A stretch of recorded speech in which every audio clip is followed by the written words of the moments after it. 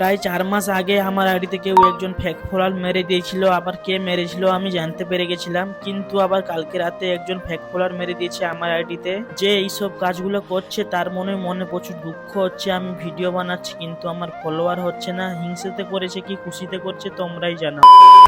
Hello everyone, তোমরা সবাই কেমন আছো? আমি শুভজিৎ তোমাদের সবাইকে আমার নতুন একটা মিনি ব্লগে স্বাগত জানাই।